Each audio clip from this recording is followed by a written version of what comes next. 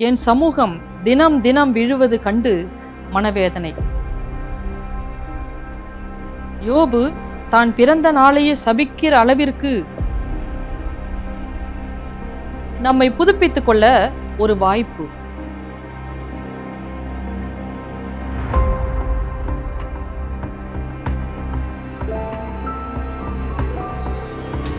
எல்லாம் உனக்காக.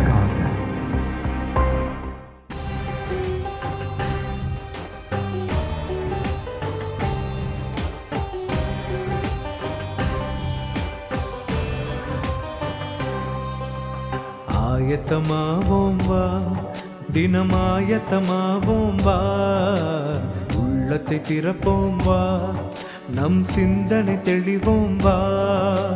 40 நாளில் மாற்றம் துவங்க ஆராய்ந்தறிவோம் வா.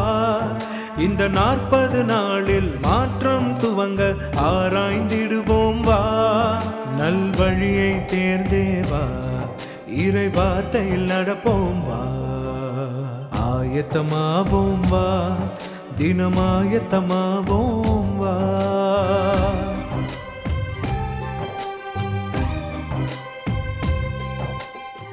இந்த தவக்காலம் ஒரு சம்பிரதாயமா, ஒரு கடமையா? இல்லை, இல்லவே இல்லை. நம்மை புதுப்பித்துக் கொள்ள ஒரு வாய்ப்பு. 2000 ஆண்டுகளாக நம் பாதை சிலுவை பாதையாகவே இருக்கிறது. இந்த தவக்காலத்தில் நாம் மனவேதனைகளை பற்றி தியானிப்போமா? சமகால மனவேதனைகளை நான் வரிசைப்படுத்துகிறேன்.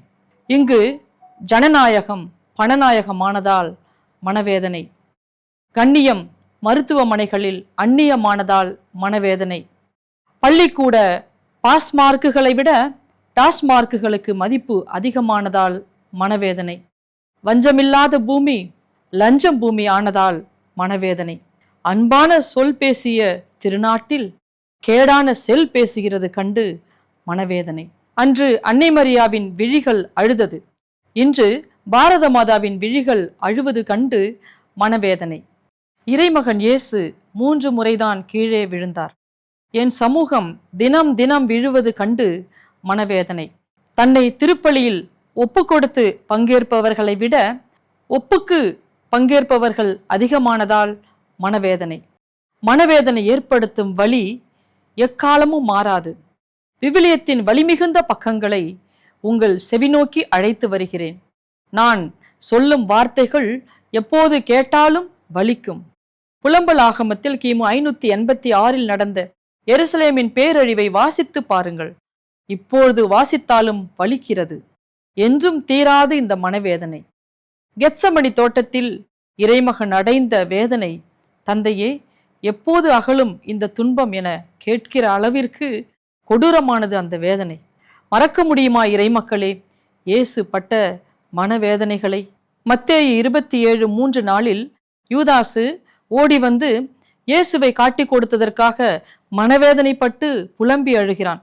நாமும் எத்தனை பேரை காட்டி கொடுத்திருக்கிறோம், அதற்காக என்றாவது நாம் மனவேதனைப்பட்டிருக்கிறோமா? யோபு தான் பிறந்த நாளையே சபிக்கிற அளவிற்கு மனவேதனை அடைந்தார்.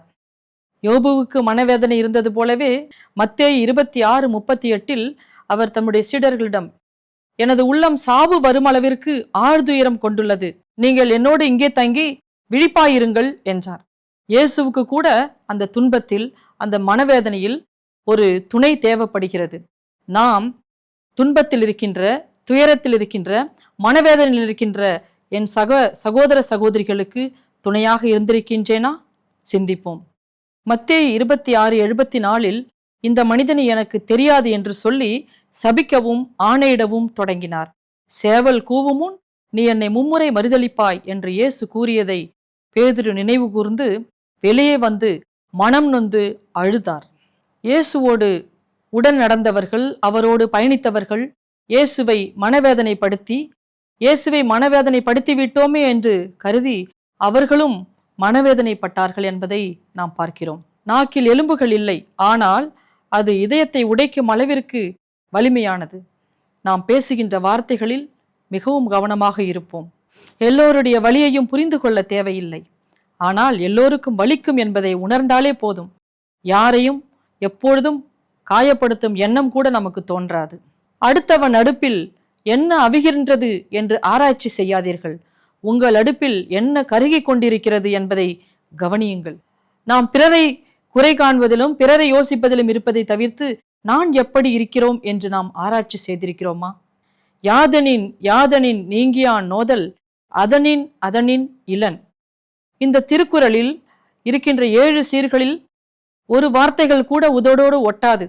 அதாவது எந்த பொருளின் மீதும் யாருக்கு பற்று இல்லை என்றால் அதனால் எந்த துன்பமும் இல்லை, எந்த மனவேதனையும் இல்லை. எனவே அன்பார்ந்தவர்களே, வினை விதைத்தவன் வினை அறுக்கிறான், திணை விதைத்தவன் திணை அறுக்கிறான். நாம் என்ன நினைக்கிறோமோ அதுவாகவே மாறிவிடுகிறோம். பிறருக்கு நல்லதை மட்டுமே நினைத்து நல்லதை மட்டுமே செய்து பிறருக்கு மகிழ்ச்சியை மட்டுமே கொடுக்கின்ற பொழுது நமக்கு எந்த துன்பமும் வராது, எந்த மனவேதனையும் வராது. பிறர்க்கின்னா முற்பகல் செய்யின் தமக்கின்னா பிற்பகல் தாமே வரும் என்ற தெய்வ புலவரின் வாக்கிற்கேற்ப பிறருக்கு நல்லதே நினைக்கின்ற பொழுது நமக்கும் நல்லதே நடக்கும். இந்த தவ காலத்தில் பிறருக்கு நல்லதை மட்டுமே செய்து நாமும் இயேசுவினுடைய இறையாட்சியை பரப்புவோம். நன்றி.